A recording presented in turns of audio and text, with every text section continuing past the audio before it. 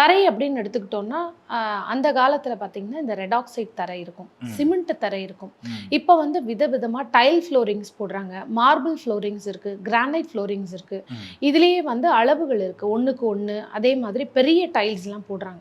இதனால நமக்கு ஏதாவது தோஷம்னு சொல்றத விட அந்த வீட்ல வாழறவங்களுடைய குணத்துல மாற்றங்கள் இருக்குமா? அவங்களுக்கு அது மூலமா ஏதாவது பாதிப்புகள் வருமா? ஏற்றங்கள் வருமா? அதாவதுமா, ஆ, நடைமுறை வாழ்க்கையில வாஸ்து அப்படின்ற விதிகள் வந்து எல்லா மனிதர்களுக்குமே ஒன்றாக பொருந்துமா அப்படின்னா கிடையாது.